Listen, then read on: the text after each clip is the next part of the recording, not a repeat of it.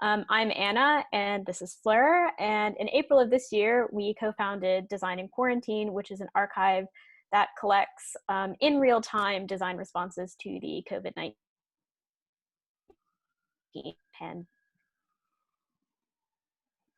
So we are both MA History of Design and Material Culture students at the V&A Museum and the Royal College of Art in London. I specialise in medieval Europe and its interactions with the Islamic world, focusing on technology, performance, and nature. And my work primarily focuses on the history of modern and contemporary design, particularly graphics and communication design. And this is where we usually are, but we are not at the moment because we are all in our bedrooms.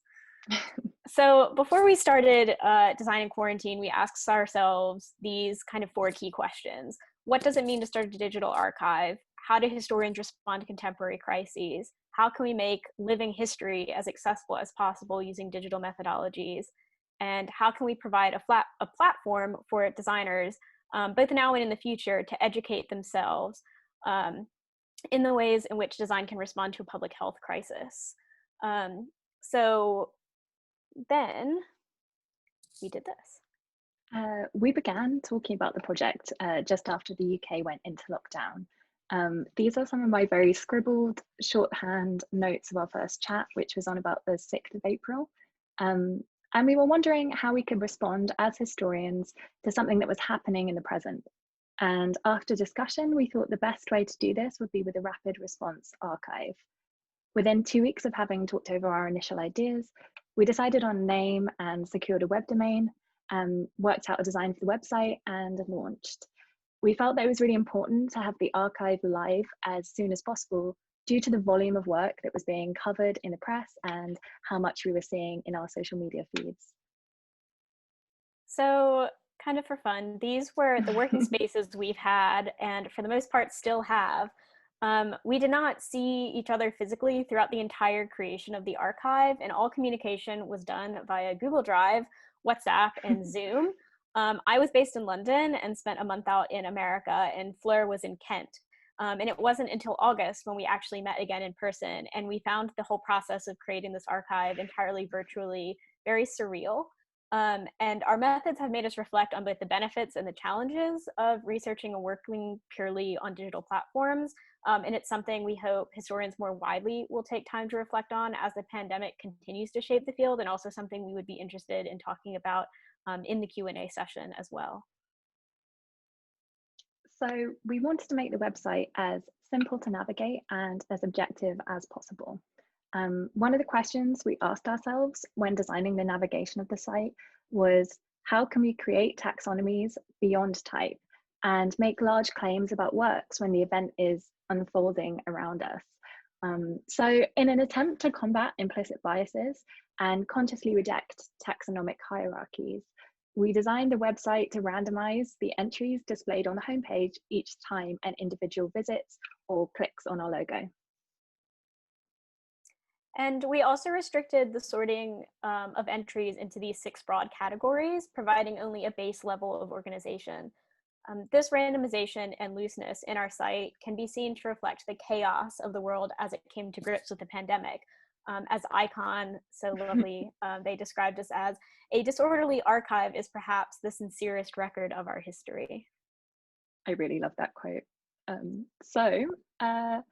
We began receiving press interest fairly soon after the launch of the website, and we're really pleased to have been featured in the New York Times, Icon, the Zegno Journal, the Financial Times, and the V&A Pandemic Object Series, and some others.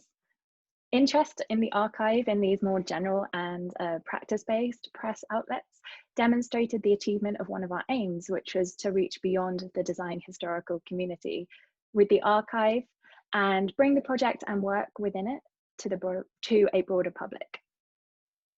And moving beyond only design media outlets like Dezeen or Design Boom, we began to look at a variety of sources like international newspapers to find examples of responses that we could include in the archive. And here are some examples of some newspapers that we perused. So this actually helped us to diversify the content of the archive beyond what would typically be featured in design media. We also began to actively outreach for submissions on social media, which led us to become more engaged with our audience and think more proactively about our collection process. And here's where you can find us on social media. We have Instagram where we post all of our projects. And this frequent presence on social media illustrates how we encourage wider exposure for the projects we collect, and seeking feedback and suggestions from the communities which are on these platforms. And this demonstrates an inherently open methodology for design research, from our use of non-academic platforms to create an open source archive to accepting all varieties of design responses. It also underscores the importance we give to not only using free, accessible platforms for the public and the research community to interact with the material. We'll also now highlight a couple of our favorite projects from the archive and discuss why they stand out to us amongst the many that we have seen over the past several months. So as I mentioned earlier, my personal focus in design research is graphics and communication design. And one of the collecting areas in the Design in Quarantine archive has been editorial design from newspapers and magazines. So here I've selected 5 different examples of design from The Guardian, The Independent, The New York Times, and The Washington Post. And the examples show how designers were not only considering the design of cover pages, but also interior spreads and digital information graphics. Particularly striking is the contrast between statistics and the human body as representing the effects of the virus, whereas the New York Times cover, The Independent, and The Washington Post all use graphs, which are essentially abstractions of the coronavirus's spread and toll.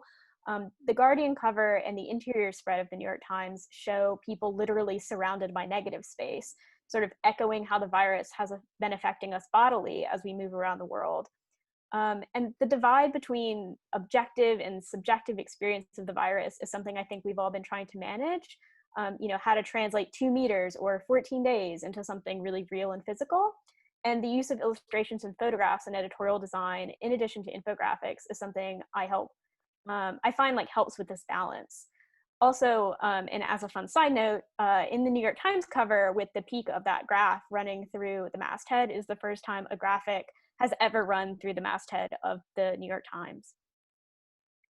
The second project I'm going to talk about is this object called Walking Stick, which was designed by Clara Meister, Sam Shirmayev, and the Center for Optimism.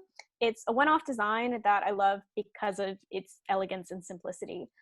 The name walking stick I also find to be particularly clever, as a walking stick is usually a single support to allow someone to walk independently, whereas this walking stick actually allows 2 people to walk together. And while walking, the brass rings transfer the movements of whoever you're walking with into your hands, sort of like holding hands, but without actually holding hands. And I think this object speaks to the way design and technology have been mediaries for human connection more generally throughout the virus. But what makes this particular object interesting is the way that it addresses physical mediation as opposed to digital mediation. And although there are many more favorites in the archive, the last one I'm going to talk about today is this design by an art director based in Bangalore named Deepish. And this poster was a response to the UN's call out to designers and artists to create works that would translate public health messages into works of design and art that would engage people globally. And this particular piece highlights the practice of social distancing, which back in March was still a pretty foreign concept when the UN announced this call out.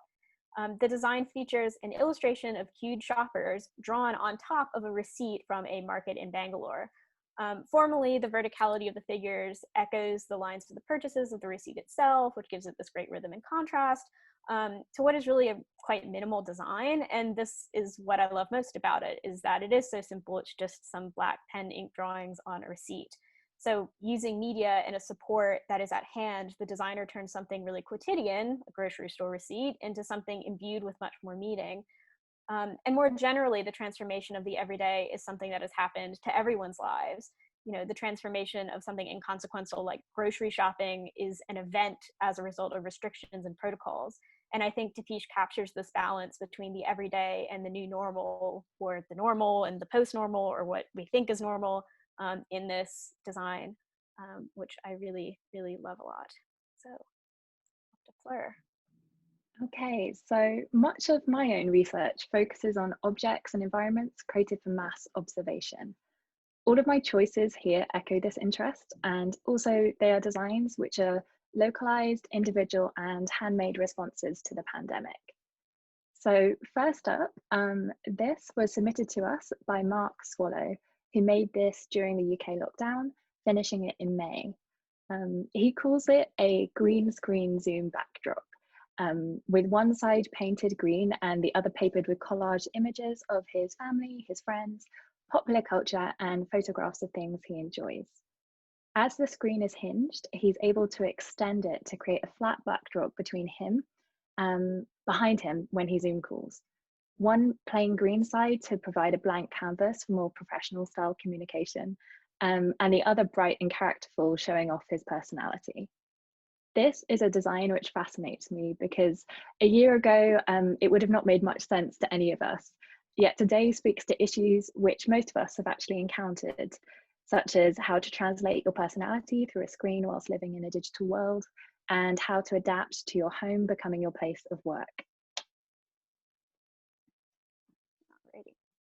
Oh, thanks. Sorry.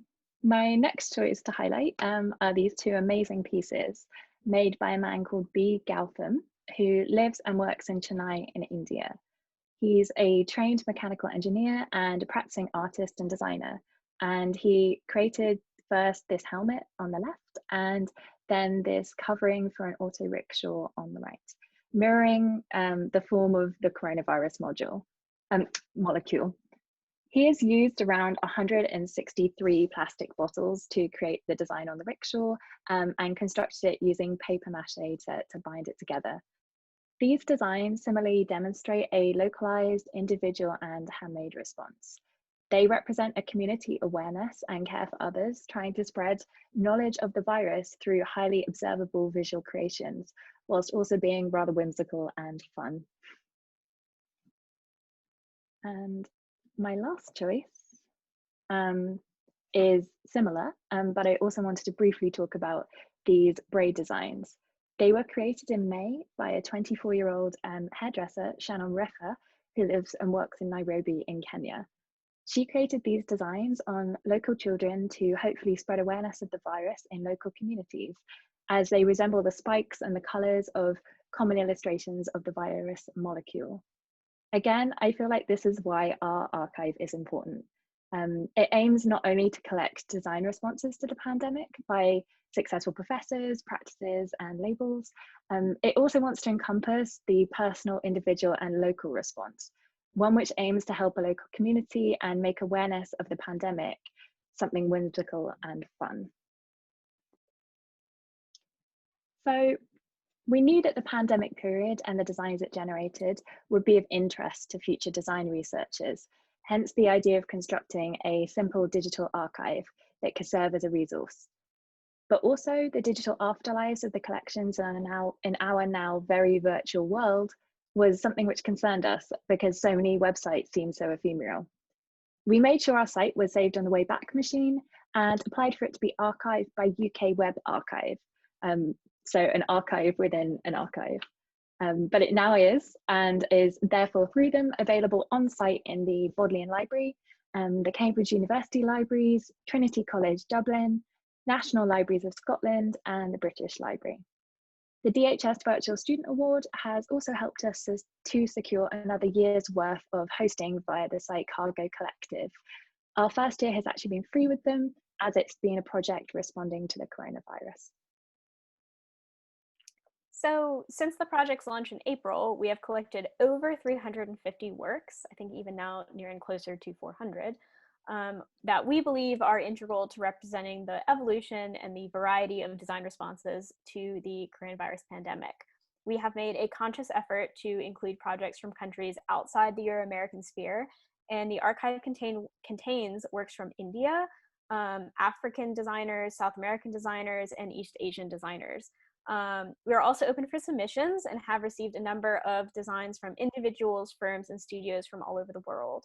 Our aim was to collect a range of responses from across design disciplines, including but not limited to graphics, architectural concepts, product and furniture design, and bespoke craft. But as you can see by some of our examples, they have broken out of those categories. Works collected, we thought should also relate to broader issues, and many do, concerning the pandemic, such as mental and physical health, evolving technologies, and societal change. So collected, conceptualized, and living in the now, the digital archive will continue to function beyond the end of the pandemic when used as a research resource in the future. It engages socially, culturally, and intellectually with research questions for practitioners and historians in the design community during this global pandemic. Our public archive holds the inspiration to answer many of the most pressing questions in the realms of public health, the environment, work, and society. Seeking ways to collaborate, we're really interested to work with practitioners to foster research across all four of these areas. We aim to show that history is not always in the past, it is happening now, and that design in quarantine can be part of the evolving story of COVID-19 now and in the future. We also invite you to be part of the story by submitting to the archive. You can submit any project from any point in the pandemic, either something you made yourself or something you found, local or global. Go to the submit page on our site and fill out the really simple submission form, which will be sent straight to our email for review. Lastly, we welcome any questions and thank you so much for listening. Thank you.